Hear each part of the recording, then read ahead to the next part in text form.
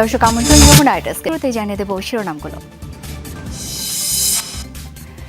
বৃহস্পতিবারের মধ্যেই খুলতে পারে হরমুজ প্রণালী। ইরানের সাথে ইতিবাচক আলোচনার দাবি ট্রাম্পের, বললেন বাড়াবাড়ির পরিণতি হবে ভয়াবহ। গাজায় ৩ বছর পর ধ্বংসস্তূপ থেকে উদ্ধার ১১২ মরদেহ। এক হামলাতেই প্রাণ হারিয়েছিলেন একই পরিবারের ৩ শতাধিক স্বজন।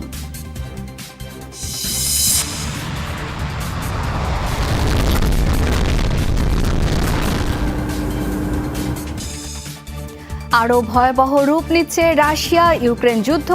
ইউক্রেনের হামলায় রাশিয়ায় নিহত ৫, পাল্টা অভিযানে কিয়েভে অন্তত ১৪ জনের মৃত্যু।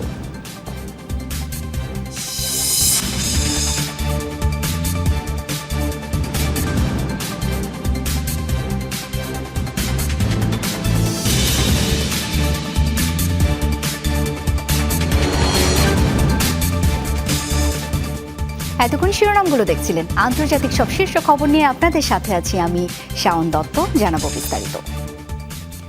বৃহস্পতিবারের মধ্যেই পুরো দমে জাহাজ চলাচল শুরু হতে পারে হরমুজ প্রণালীতে। ইরানের সাথে আলোচনা প্রসঙ্গে এমনটি জানিয়েছেন মার্কিন প্রেসিডেন্ট ডোনাল্ড ট্রাম্প। ইরানের সাথে আলোচনা খুব ভালো পর্যায়ে রয়েছে বলেও দাবি তার।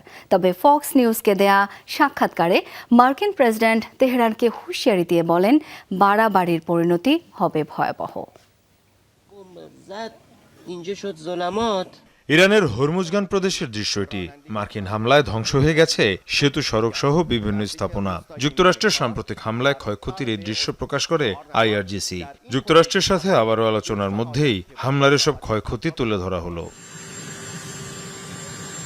বিবাদমান দুই পক্ষকে আলোচনায় বসাতে যখন দৌড়ঝাঁপ চলছে মধ্যস্থতাকারীদের, তখন ইরানের সাথে চুক্তির বিষয়ে আবারও আশাবাদ জানান মার্কিন প্রেসিডেন্ট। বলেন, হরমুজ খুলে দেওয়ার বিষয়ে শিগগিরই সিদ্ধান্ত আসতে পারে। আমাদের আলোচনা ভালো হচ্ছে।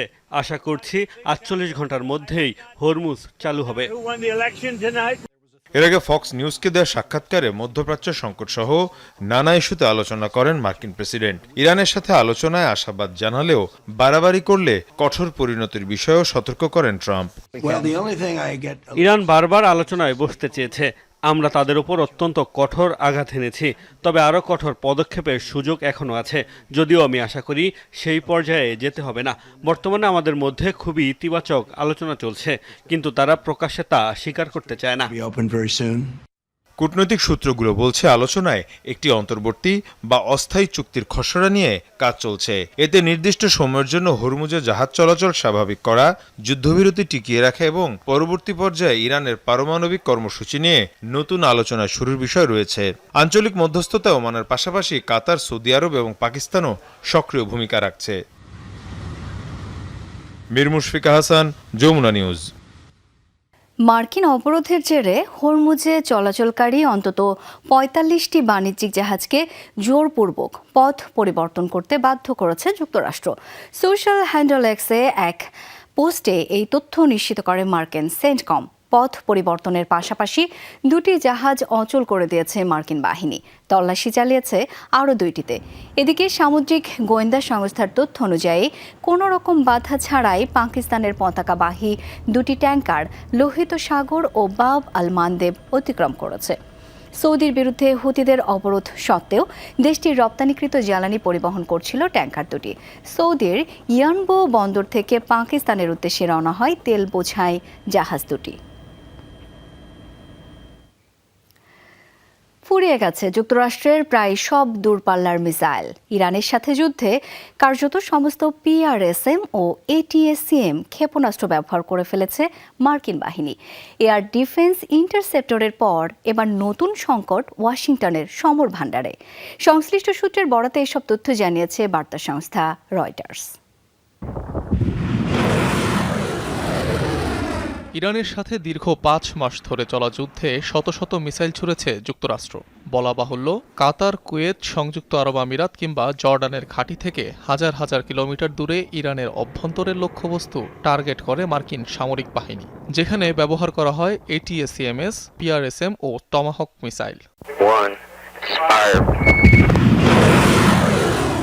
বেহিসাবি এমন হামলার ফলে বড় ধরনের সংকট তৈরি হয়েছে মার্কিন অস্ত্র ভাণ্ডারে। বার্তা সংস্থা রয়টার্সের এক বিশেষ প্রতিবেদন বলছে, দূরপাল্লার এসব ক্ষেপণাস্ত্রের মজুদের প্রায় পুরোটাই ব্যবহার করে ফেলেছে যুক্তরাষ্ট্রের সামরিক বাহিনী। কার্যত শেষ হয়ে গেছে PRSM ও ATACMS মিসাইল। বিষয়টি জানে এমন 3 সূত্রের বরাতে এই দাবি করা হয়। তবে এখন যুক্তরাষ্ট্রের হাতে ঠিক কয়টি দূরপাল্লার ক্ষেপণাস্ত্র অবশিষ্ট আছে তা জানা যায়নি। নিরাপত্তা সূত্রগুলোর তথ্য বলছে, দূরপাল্লার এসব এক একটি ক্ষেপণাস্ত্রের দাম $10 লাখ বেশি। প্রতিবেদনে আরও দাবি করা হয়, মধ্যপ্রাচ্যে মার্কিন বাহিনীর দায়িত্বে থাকা সেন্ট্রাল কমান্ড স্থলভিত্তিক ক্ষেপণাস্ত্রের প্রায় সবই ব্যবহার করেছে। এমন অবস্থায় বিশ্বের অন্যান্য অঞ্চলে থাকা মজুদ থেকে সরবরাহ এনে ঘাটতি পূরণ করছে সেন্টকম। বিষয়টি নিয়ে জানতে চাইলে ATACMS, PRSM এবং থার্ডের নির্মাতা লকহিড মার্টিন কিংবা টমাহক মিসাইল ও প্যাট্রিয়ট ইন্টারসেপ্টরের নির্মাতা রেথিয়ন কোনো মন্তব্য করেনি। তবে যুক্তরাষ্ট্রের এই 2 ধরনের ক্ষেপণাস্ত্রের মজুদ এতটা কমে যাওয়ার তথ্য আগে কখনো প্রকাশ্যে আসেনি। এমন অবস্থায় চীন বা রাশিয়ার সাথে কোনো সংঘাত দেখা দিলে ভুগতে পারে যুক্তরাষ্ট্র। অনিক রহমান, যমুনা নিউজ। গেল 1 মাসে হরমুজ প্রণালী দিয়ে 3 কোটি ব্যারেলের বেশি জ্বালানি সরবরাহ করেছে ইরাক, যা যুদ্ধপূর্ব স্বাভাবিক পরিমাপের 29%। আগে প্রতি মাসে গড়ে 10 কোটি 50 লাখ ব্যারেল তেল রপ্তানি করত বাগদাদ, যার বেশিরভাগই যেত বসরার নিকটবর্তী টার্মিনালগুলো থেকে। হরমুজ ছাড়াও ইরাক তুরস্ক পাইপলাইনের মাধ্যমে সরবরাহ হয়েছে আরও 70 লাখ ব্যারেল তেল রপ্তানি। এছাড়াও সিরিয়ার সাথে কিরকুক বানিয়াস পাইপলাইন নির্মাণের পরিকল্পনাও পর্যালোচনা করছে ইরাক।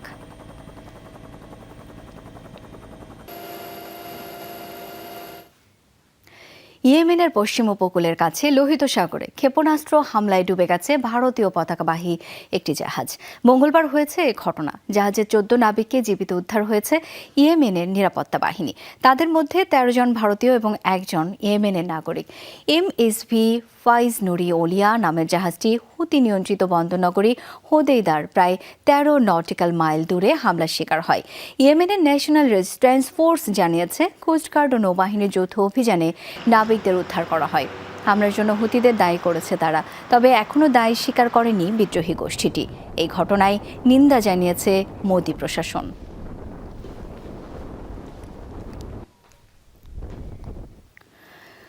যুদ্ধবিধ্বস্ত গাজায় একসাথে উদ্ধার করা হয়েছে এক পরিবারের 112 ফিলিস্তিনির দেহাবশেষ। ইসরায়েলের নারকীয় হামলায় এসব হতভাগ্য ফিলিস্তিনিদের প্রাণ গিয়েছিল প্রায় 3 বছর আগে। পর্যাপ্ত উদ্ধার সরঞ্জাম না থাকায় এতদিন চাপা পড়েছিল ধ্বংসস্তূপের নিচে। মঙ্গলবার গণজানাজার পর একসাথে দাফন করা হয় তাদের। ফিলিস্তিনি পতাকায় মোড়ানো সারি সারি মরদেহ। গাজা সিটির সাবরা এলাকায় ইতিহাসের অন্যতম বৃহৎ গণজানাজা। প্রায় 3 বছর আগে ইসরায়েলি হামলায় ধ্বংস হয়েছিল গোটা একটি বংশ। একসাথে প্রাণ হারিয়েছিল আবু শ্রেইয়া ও আল হুসাইনার বর্ধিত পরিবারের 3 শতাধিক স্বজন। হামলার এতদিন পর ভবনের ধ্বংসস্তূপ থেকে উদ্ধার করা হয়েছে 112 জনের মরদেহ। মঙ্গলবার একসাথে দাফন করা হয় মরদেহগুলো। 2023 সালের 22 নভেম্বরের সেই হামলার মুহূর্তেই পুরো পরিবারকে হারিয়েছিলেন লারা আবু শ্রেইয়া। নিহত হন তার মা, 8 ভাই বোন, ভাতিজা ভাতিজি। স্বামী সন্তান নিয়ে তখন দক্ষিণ গাজায় ছিলেন লারা। পরিবারের বাকিরা ছিলেন বাড়িতে। হামলার খবর পেয়ে বারবার বোনকে ফোন করছিলেন, কিন্তু সাড়া মেলেনি। পরে জানতে পারেন পুরো ভবনটি ধসে সবাই ধ্বংসস্তূপের নিচে চাপা পড়েছেন। এখনো শোক কাটিয়ে উঠতে পারেনি লারা। চোখ বন্ধ করলেই ভেসে ওঠে মা, ভাই বোন, স্বজনদের মুখ। গণদাফনের আগের রাতে এক ফোঁটা ঘুমোতে পারেননি। নিজেকে প্রস্তুত করছিলেন প্রিয়জনদের শেষ বিদায় জানানোর জন্য। 3 বছর আগে আমাদের উপর ভয়াবহ হত্যাযজ্ঞ চালানো হয়। 300 জনের বেশি মানুষ নিহত হন। তাদের একমাত্র অপরাধ ছিল নিজেদের ঘরে নিরাপদ থাকার চেষ্টা করা। যুদ্ধ চলাকালে মরদেহ উদ্ধার সম্ভব হয়নি। 3 বছর ধরে স্বজনরা অপেক্ষা করছেন অন্তত প্রিয় মানুষটির কবরটুকু যেন দিতে পারেন। সম্প্রতি সীমিত সরঞ্জাম নিয়ে টানা 17 দিন অভিযানের পর ধ্বংসস্তূপ থেকে উদ্ধার করা হয় মরদেহগুলো। স্বর্ণালংকার, অস্ত্র পাচারের চিহ্ন, পোশাকের সূত্র ধরে শনাক্ত করা হয় তাদের পরিচয়। আজ মনে হলো যেন প্রথমবারের মতো তাদের হারালাম। এতদিন পরও এই বিদায় নতুন করে বুক ভেঙে দিল। আমি ব্যাগটাকে জড়িয়ে ধরতে চেয়েছিলাম, তাদের শরীরের যে টুকরোই অবশিষ্ট থাকুক সেটুকুই বুকে আঁকড়ে ধরতে চেয়েছিলাম। স্বজন ও স্থানীয় বাসিন্দারা কাঁধে করে মরদেহগুলো নিয়ে যান পাশের কবরস্থানে। কান্না আর আহাজারিতে আবারও ভারী হয়ে ওঠে গাজার আকাশ। গাজার সিভিল ডিফেন্স জানিয়েছে, গাজা উপত্যকায় ধ্বংসস্তূপের নিচে চাপা পড়ে আছে ৮,০০০-এর বেশি মরদেহ। তবে ভারী যন্ত্রপাতির অভাবে খুব ধীর গতিতে চলছে উদ্ধার কাজ। অস্মিতা বিশ্বাস, যমুনা নিউজ। গাজা থেকে আপাতত সেনা প্রত্যাহার করবে না ইসরায়েল, এ তথ্য নিশ্চিত করেছেন দেশটির প্রধানমন্ত্রী বেনিয়ামিন নেতানিয়াহু। জানান, হামাসকে সম্পূর্ণ নিরস্ত্র না করা পর্যন্ত গাজার দখল ছাড়বে না আইডিএফ। আমাদের নিরাপত্তা স্বার্থ রক্ষায় আমরা দৃঢ় অবস্থানে আছি। হামাস সম্পূর্ণ নিরস্ত্র না হওয়া পর্যন্ত আমরা আমাদের বর্তমান অবস্থান থেকে সরে আসব না। দ্বিতীয়ত, আইডিএফ সেনাদের ইসরায়েলি ভূখণ্ড, আমাদের নাগরিকদের এবং নিজেদের রক্ষার জন্য যা যা করা প্রয়োজন তা করার নির্দেশ দিয়েছি। দখলকৃত পশ্চিম তীরে আগ্রাসন আরও বাড়িয়েছে ইসরায়েলি বাহিনী। সন্ত্রাসবিরোধী অভিযানের নামে চলছে ধরপাকড়। আটক করা হয়েছে ১৩ ফিলিস্তিনিকে। বার্তা সংস্থা ওয়াফা জানিয়েছে, তুবাস এলাকায় ১২টি পরিবারের পানি সরবরাহকারী পাইপে ভাঙচুর করেছে ইসরায়েলি দখলদাররা। রামাল্লায় একটি পরিবারের গাড়ি দখলের চেষ্টাও করে বসতি স্থাপনকারীরা। জেনিন, হেব্রন ও বেথেলহেমে স্কুল সহ একাধিক স্থাপনা ভাঙচুর করেছে ইসরায়েলি বাহিনী। বেথেলহেমে কৃষিজমি দখল করে অবৈধ বসতি নির্মাণের কাজ চলছে, জানিয়েছে ওয়াফা। ক্রমেই তীব্র থেকে তীব্রতর হচ্ছে রাশিয়া ইউক্রেন পাল্টাপাল্টি অভিযান। ব্যাপক উত্তেজনা ছড়িয়েছে ফ্রন্ট লাইনে। অভিযানে রাশিয়ার ২টি খাদ্য গুদাম ও একটি জ্বালানি শোধনাগার ক্ষতিগ্রস্ত করেছে ইউক্রেন। প্রাণ গেছে ৫ জনের। পাল্টা জবাবে কিয়েভে বড় ধরনের হামলা চালিয়েছে রাশিয়া। নিহত অন্তত ১৪ জন। অন্যান্য শহর ও বন্দরেও আঘাত হানে রুশ মিসাইল। রাশিয়াকে ঠেকাতে ইউরোপীয় মিত্রদের সহায়তার আহ্বান জানিয়েছেন ইউক্রেনের প্রেসিডেন্ট ভলোদিমির জেলেনস্কি। ছোড়া হচ্ছে একের পর এক মিসাইল, টার্গেট রুশ বাহিনীর বিভিন্ন অবস্থান। পাল্টাপাল্টি হামলায় ফের উত্তেজনা ছড়িয়েছে রাশিয়া ইউক্রেন ফ্রন্টলাইনে। হামলার মাত্রা বাড়িয়েছে মস্কো কিয়েভ। বেসামরিক এলাকা টার্গেট না করার দাবি জানালেও রাতভর চলা দুপক্ষের ব্যালিস্টিক মিসাইল ও ড্রোনের আঘাতে প্রাণ গেছে বহু নিরপরাধের, ক্ষতিগ্রস্ত বহু অবকাঠামো। মঙ্গলবার রাশিয়ার দ্বিতীয় বৃহত্তম শহর সেন্ট পিটার্সবার্গের কাছে মিসাইল ছুড়ে 2টি খাদ্যের গুদাম ও একটি জ্বালানি শোধনাগার ক্ষতিগ্রস্ত করে ইউক্রেন। নিহত হয় অন্তত ৫ জন, গুরুতর আহত হয় আরও ১০ জন। এর আগের দিন ইউক্রেনের হামলায় রাশিয়ার কৃষ্ণ সাগরের কাছাকাছি একটি কার্গো জাহাজে গুরুতর আহত হয় ৩ জন ক্রু। নিরাপদে সরিয়ে নেওয়া হয় অন্তত ২২ জনকে। ইউক্রেনের এসব আঘাতের দাঁত ভাঙা জবাব দিয়েছে মস্কো। বুধবার দিবাগত রাতে আচমকা একের পর এক ব্যালিস্টিক মিসাইলের বর্ষণ শুরু হয় রাজধানী কিয়েভে। হতাহত হয়েছে বহু মানুষ, ক্ষতিগ্রস্ত হয় বহু আবাসিক ভবন ও গুদাম। উত্তরের শহর সামিতে রুশ অভিযানে শিশুসহ একাধিক ইউক্রেনীয় নিহত হন। বন্দর এলাকায় থাকা 7টি কার্গো জাহাজ লক্ষ্য করেও চলে মস্কোর হামলা। ধ্বংসস্তূপের নিচে চাপা পড়ে আছে অনেকে, আশঙ্কা কর্তৃপক্ষের। এদিকে রাশিয়ার ব্যালিস্টিক ক্ষেপণাস্ত্র প্রতিহত করতে ইউরোপের 12টিরও বেশি প্রতিরক্ষা প্রতিষ্ঠানের সাথে চুক্তি সম্পন্ন করার কথা জানিয়েছে কিয়েভ। ইউক্রেনের ক্ষেপণাস্ত্র প্রস্তুতকারক প্রতিষ্ঠান ফায়ার পয়েন্ট জানিয়েছে, দেশটির নতুন আকাশ প্রতিরক্ষা ব্যবস্থা ফ্রেয়া নির্মাণে রাডার, গাইডেন্স এবং অন্যান্য সিস্টেম সরবরাহ করবে চুক্তিবদ্ধ প্রতিষ্ঠানগুলো। আমরা মাত্র কয়েক বছর সময় হাতে নিয়ে এমন একটি পরিকল্পনা বাস্তবায়ন করতে যাচ্ছি যা সম্পন্ন করতে 20 থেকে 30 বছর সময় লাগতে পারে। তবে ইউক্রেনীয় হিসাবে আমাদের হাতে খুব বেশি সময় কিংবা বিকল্প কোনোটাই নেই। রাশিয়ার হামলা আরও তীব্র হচ্ছে। যত দ্রুত সম্ভব ইন্টারসেপ্টর নির্মাণের পরিকল্পনা অনুযায়ী কাজ করতে হবে আমাদের। ইচ্ছাকৃতভাবে বেসামরিকদের টার্গেট করে হামলা চালাচ্ছে রাশিয়া, অভিযোগ তুলেছেন ইউক্রেনের প্রেসিডেন্ট ভলোদিমির জেলেনস্কি। এসব অভিযানকে যুদ্ধাপরাধ বলেও আখ্যা দিয়েছেন তিনি। রাশিয়াকে ঠেকাতে মিত্র দেশগুলোর কাছে সহায়তার আহ্বান জানিয়েছেন জেলেনস্কি। সাবরিনা নুসরাত, যমুনা নিউজ। ভুয়া তথ্য আর বিভ্রান্তিকর একাধিক ভিডিও একবার পৌঁছতে পারলেই মিলবে উন্নত জীবন। ভাইরাল এমন কয়েকটি ভিডিওর কারণেই স্পেন অভিমুখে ঢল নেমেছিল প্রায় লাখখানেক অভিবাসন প্রত্যাশীর। ইন্টারনেটে ছড়িয়ে পড়া ইনফ্লুয়েন্সারদের অপব্যাখ্যামূলক বহু ভিডিওই স্পেনকে ঠেলে দেয় গভীর অভিবাসন সংকটে, যা দেখে জীবন বাজি রেখে সাঁতরে সাগর পাড়ি দিতেও অনুপ্রাণিত হন অভিবাসন প্রত্যাশীরা। বিশৃঙ্খলায় প্রাণ যায় কমপক্ষে ৮০ জনের। কেউ সাঁতরে, কেউ দৌড়ে, যে যেভাবে পারছে ছুটছে। স্প্যানিশ ভূখণ্ড অভিমুখী হাজার হাজার মানুষের এই ঢল সপ্তাহখানেক আগে এভাবেই মরক্কো থেকে স্পেনের সিউতায় প্রবেশের চেষ্টা করে অর্ধলক্ষাধিক অভিবাসন প্রত্যাশী, যার পেছনের কারণ রীতিমতো অবাক করার মতো। সপ্তাহ তিনেক আগে একটি রায় দেয় স্পেনের সুপ্রিম কোর্ট, যার ভুল ব্যাখ্যা ছড়িয়ে পড়ে ইন্টারনেটে। রায়ে বলা হয়, সমুদ্রে আটক হওয়া অভিবাসীদের তাৎক্ষণিকভাবে স্পেনের সিউতা বা মেলিয়া সীমান্ত থেকে ফেরত পাঠানো যাবে না, তবে পরবর্তীতে আইন অনুযায়ী ফেরত পাঠানোর সুযোগ রয়েছে। ৭ জুলাইয়ের পর থেকে মেটার বিভিন্ন প্ল্যাটফর্মে প্রচার হতে থাকে একের পর এক বিভ্রান্তিকর পোস্ট, যেখানে দাবি করা হয় সিউতায় পৌঁছাতে পারলেই কাউকে আর ফেরত পাঠানো হবে না। এমনকি স্থানীয় সংবাদ মাধ্যমগুলোতেও প্রকাশিত হয় অভিবাসীদের সিউতায় আগমনের কয়েকটি ভিডিও। ২৯ জুলাই কয়েকজন জনপ্রিয় ইনফ্লুয়েন্সার নিজেরাই সিউতার উদ্দেশ্যে সাঁতার কাটার ভিডিও প্রকাশ করেন সোশ্যাল হ্যান্ডেলগুলোতে। একই সময় ছড়ায় নানা বিভ্রান্তিকর ভিডিও, যার মধ্যে একটি ক্লিপকে সিউতার বলে দাবি করা হলেও আদতে তা মরক্কোর উপকূলীয় একটি শহরে ধারণকৃত ছিল।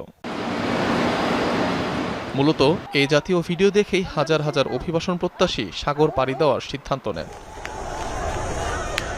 স্পেনের নিরাপত্তা বিশ্লেষক একাধিক সূত্রে দাবি করা হয়, জুলাইয়ের শেষ কদিনে দুটি হোয়াটসঅ্যাপ গ্রুপে প্রায় ৪,০০০ সদস্যকে সিউতায় পৌঁছানোর বিভিন্ন পথ ও পরামর্শ দেয়া হয়েছিল।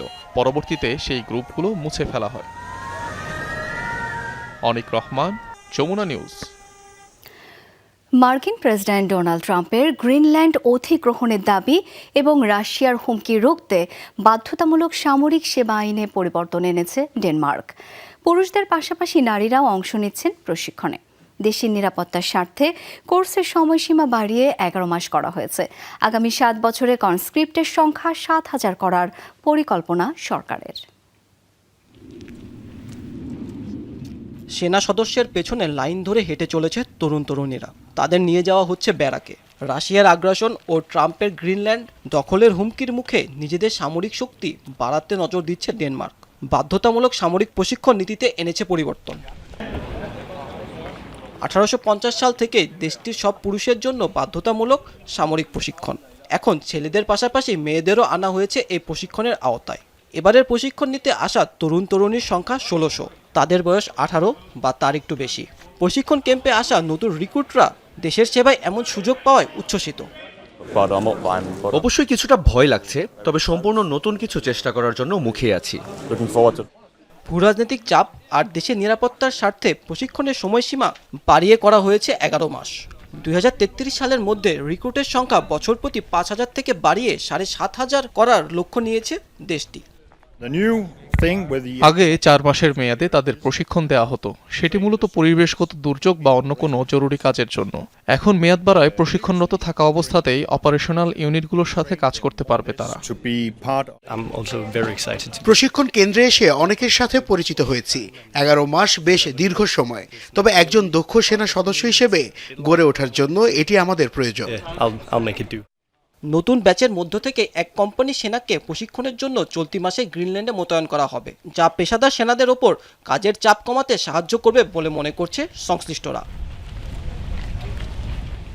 মাহমুদ সাকিব, যমুনা নিউজ। ভয়াবহ দাবানলে পড়ছে যুক্তরাষ্ট্র। ক্যালিফোর্নিয়ার বিস্তীর্ণ এলাকায় আগুন নিয়ন্ত্রণে প্রাণপণ চেষ্টা চালিয়ে যাচ্ছেন ফায়ার সার্ভিসের কর্মীরা। দাবানলে এরই মধ্যে পুড়ে গেছে প্রায় ৬,৪০০ একর এলাকা। অন্যদিকে ফ্রান্স, স্পেন, গ্রিস সহ ইউরোপের কয়েকটি দেশে পরিস্থিতির উল্লেখযোগ্য উন্নতি হয়েছে। সবচেয়ে ক্ষতিগ্রস্ত দেশগুলোতে দাবানলে ক্ষয়ক্ষতির পরিমাণ প্রায় ৩.১ বিলিয়ন ইউরো বলে ধারণা করা হচ্ছে। ফ্রান্সের স্বরাষ্ট্র মন্ত্রণালয়ের তথ্য অনুযায়ী চলতি বছরের শুরু থেকে দেশটিতে দাবানলে ১,১৯,০০০ হেক্টর এলাকা পুড়ে গেছে। স্পেনে আগুনে ধ্বংস হয়েছে অসংখ্য বাড়িঘর, যানবাহন ও ব্যবসা প্রতিষ্ঠান। দেশটিতে প্রায় 18,500 হেক্টর ব্যবহারযোগ্য জমি আগুনে পুড়ে গেছে, যার বেশিরভাগই ছিল গবাদি পশুর চারণভূমি। এদিকে গ্রিসের গণমাধ্যমের তথ্য বলছে, গত এক সপ্তাহে দেশটিতে দাবানলে 12,000 হেক্টরেরও বেশি বনভূমি ও কৃষি জমি পুড়ে গেছে। যুক্তরাষ্ট্রের লস অ্যাঞ্জেলেসের প্রেসিডেন্ট ডোনাল্ড ট্রাম্পের গলফ ক্লাবের কাছ থেকে অস্ত্রসহ এক ব্যক্তিকে আটক করেছে পুলিশ জানায় ওই ব্যক্তির নাম জিনিন জন টেল। গলফ কোর্সের চারপাশে তাকে সন্দেহজনকভাবে ঘুরতে ভিডিও ও ছবি তুলতে দেখেন নিরাপত্তা কর্মকর্তারা। আটকের পর 38 বছর বয়সী ওই ব্যক্তির কাছ থেকে 16 রাউন্ড গুলি ও অবৈধ অ্যামুনিশন উদ্ধার করা হয়।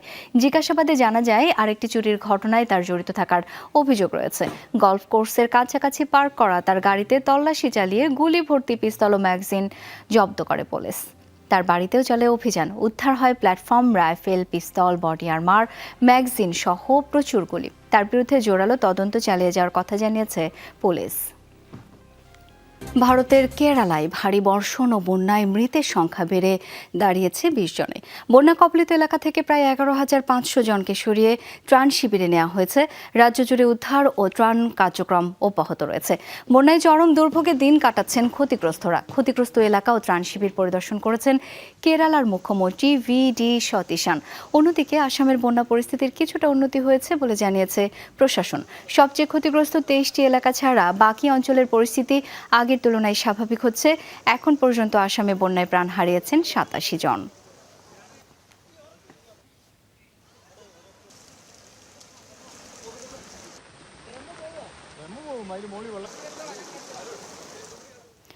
ব্রাজিলের সাও পাওলোর একটি রাসায়নিক কারখানায় জোরালো বিস্ফোরণে ঘটেছে ভয়াবহ অগ্নিকাণ্ড। স্থানীয় গণমাধ্যম জানিয়েছে, মঙ্গলবার শহরের মেট্রোপলিটন এলাকার একটি শহরে এই দুর্ঘটনা হয়। আশপাশের বেশ কিছু বাড়ি থেকে প্রায় 150 বাসিন্দাকে নিরাপদে সরিয়ে নেয় নিরাপত্তা বাহিনী। প্রায় 30টি ইউনিট নিয়ে আগুন নেভাতে তৎপর হয় ফায়ার সার্ভিস। এখন পর্যন্ত কোনো হতাহতের খবর মেলেনি। অগ্নিকাণ্ডের কারণ খতিয়ে দেখছে কর্তৃপক্ষ। Aí na região do entorno paulista, vocês veem que a gente viu imagens antes de um terreno baldio, à direita. বলিভিয়ার Santa ক্রুজে টানা 5 দিনের সহিংসতায় নিহত হয়েছে কমপক্ষে 9 জন।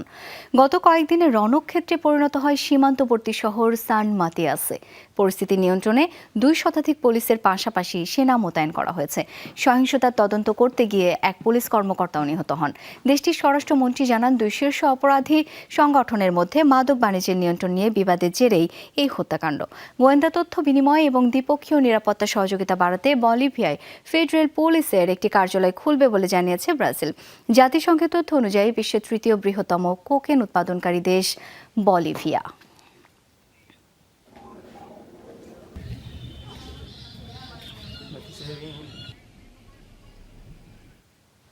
দর্শক, যমুনা ডেস্ক আজ এ পর্যন্তই।